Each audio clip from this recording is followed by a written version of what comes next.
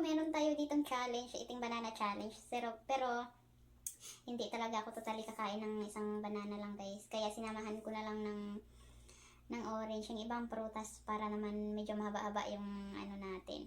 Kasi challenge ito sa wow! Ayun, kasi nanonood kasi yung mga amo ko, hindi ako pwedeng kumain ng saging na parang noti-noti. So hindi ako pwede kasi makikita nila. So ito, meron na lang ako ditong apple, tapos strawberry, orange, and siyempre isang saging. So kakain tayo habang magbibigay tayo ng opinion sa mga bagay-bagay. Na siyempre simulan na natin. At saka alam naman natin guys, so kung napapanood nyo sa news yung kabayan natin na namatay dito sa namatay siya dito sa Kuwait dahil ginahasa siya nung alaga niya.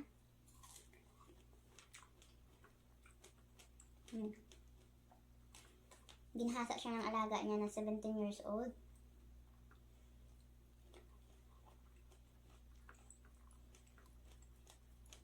O, diba bilang isang OFW, napakahirap.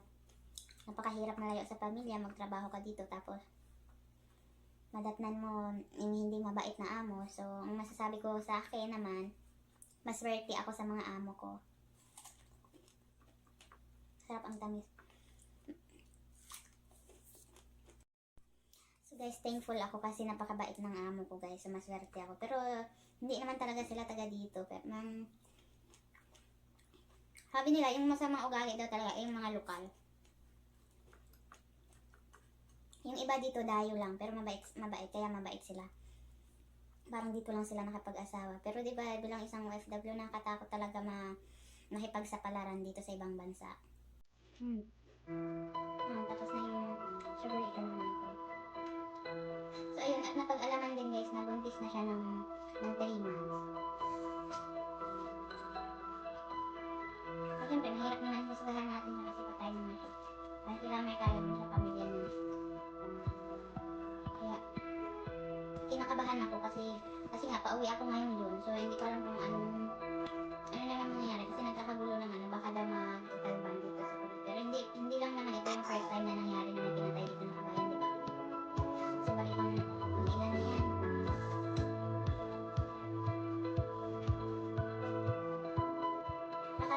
Una ko pumunta dito. Pero hindi pinatay. Mag-back out na sana ako nung sabi ko sa agent ko. Siguro hindi na ako tutuloy kasi nga natatakot ako kasi may pinatay dito. Bago talaga ako nagpa-process ako. Sabi ko ayaw ko. Sabi ko natatakot ako. Kaya yun. Kaso napasubo na talaga ako. After 1 month yun, nagpunta na ako ng Manila. So wala na akong choice. So nilakasan ko na lang yung loob ko. Pero sa totoo lang guys, yung gusto niya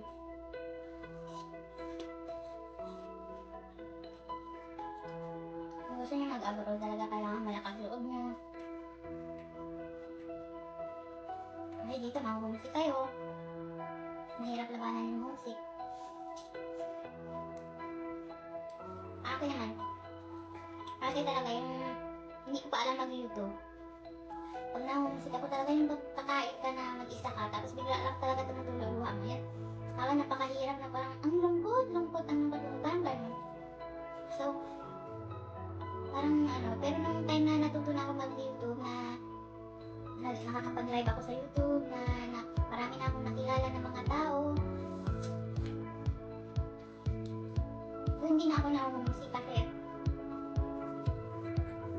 kapag ako, yun talaga yung way ko na mapalipas oras na mag-live.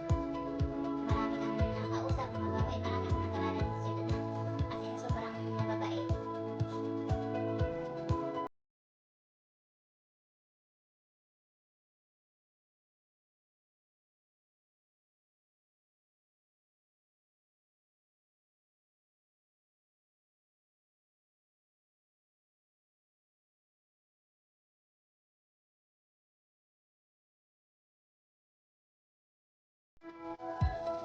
Hindi ka pwede mahina.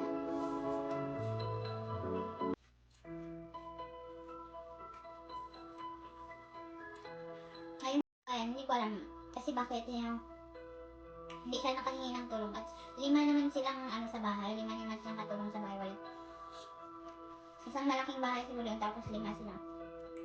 Diba ng extended family yung nakatira doon. Pero sana pull out na rin yung mga kasama niya. Sana nga ano, magsalita yung mga kasama niya. Kasi malamang alam nila yung nangyari. Pwede sila mag-witness kung sakasakali man. Pero gusto ni Sir Rafi Tulfo na naiban na yung Kuwait. Gusto niya mag-apologize yung ano, yung government. Pero hindi ko alam kung gagawin ba yun ang lokal dito kasi alam naman natin, di ba? Dito tayo sa Middle East.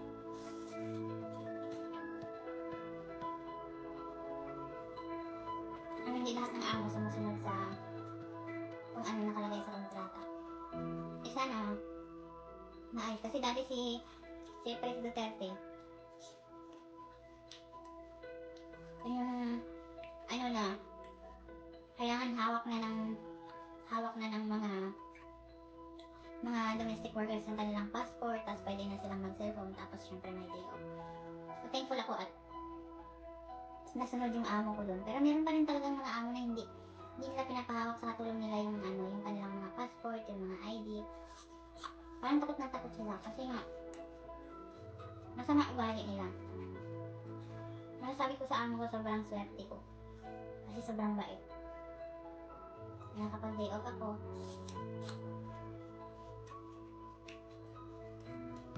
ayun, maybe ingat na ingat ako na makagawa ako ng mali kasi nakakatakot siya magalit.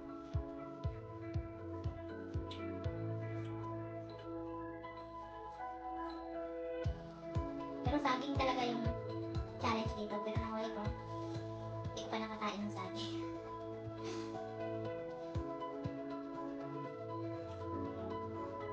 Sarap.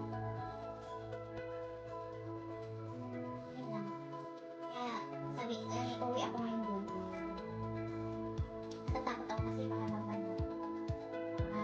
Pero hindi naman pwedeng totaliban na alam kung hindi naman pwede. Kasi napakadami ng OFW dito. Sana naman nila tayo ilalagay sa Pinas kung i-follow up nila tayo, diba?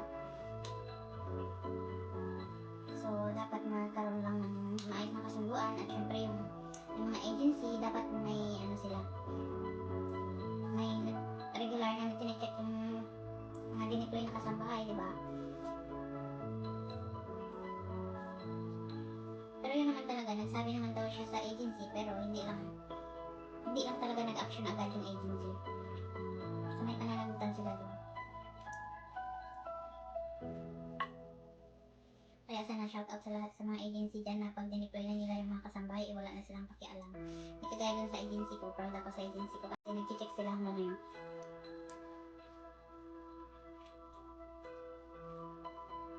At check din nila kung may jowa ka. Oo, yung agency ko sabi niya, huwag ka magjowa dito. So ano to, magmatandang dalaga na lang ako?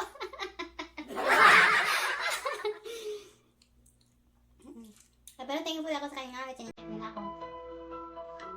Kasi nagihan nila ako.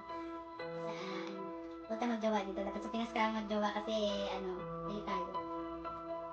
Diba? Ito naman yan, pero minsan diba, matigas yung ulo natin, kaya sorry. Sorry ako sa sorry ako doon kasi, di ba yung pinost ko yung sabi na, biglang nag-chat sa akin. Mag-ingat ka, hindi yan mapapatiwala.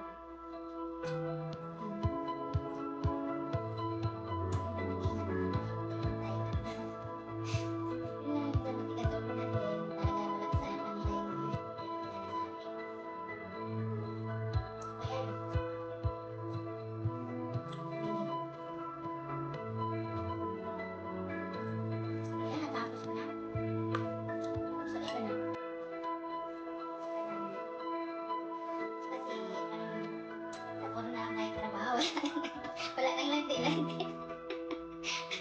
Di ba baka naman, mas ka magmatanda na yung tao dito. Ano ba? Puro na lang tayo trabaho, gano'n. So, sige na lang.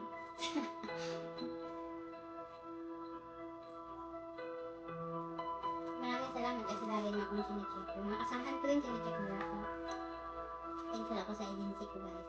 At napakabait na amo na nakuha nila. So, ayun lang, hindi lahat na nag-abroad ay masaya. maswerte. Kaya kung maswerte ka sa amo mo, kapabait ka, kaya ako iniingatan kung makagawa ako ng kasalanan. Kasi hirap na masira yung tiwala nila, di ba? Makagawa ka ng kasalanan. Kasi sa ikalingap lang pwede yun magbago guys. Kaya sa lahat ng mga OFW na nagtatrabaho dito, mag-ingat kayo palagi. Tsaka pag may problema kayo, sabi tayo sa kaibigan mo para makaan mga kanyang tulong. Diba? Sana walang makakatulong kundi sarili mo lang. Malakas loob mo. Maano ka mag-isip paraan sa mga dumating na hindi inaasahan.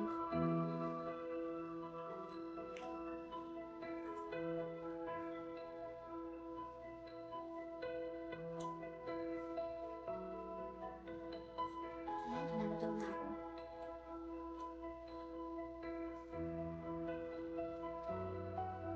Ayan, nasira yung soba.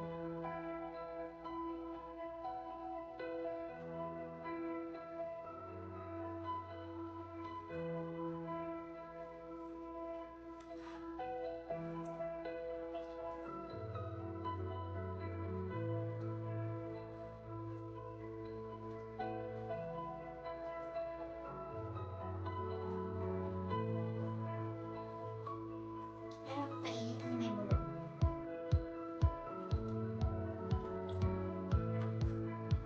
So ayan, tapos na ako. Guys, maraming salamat.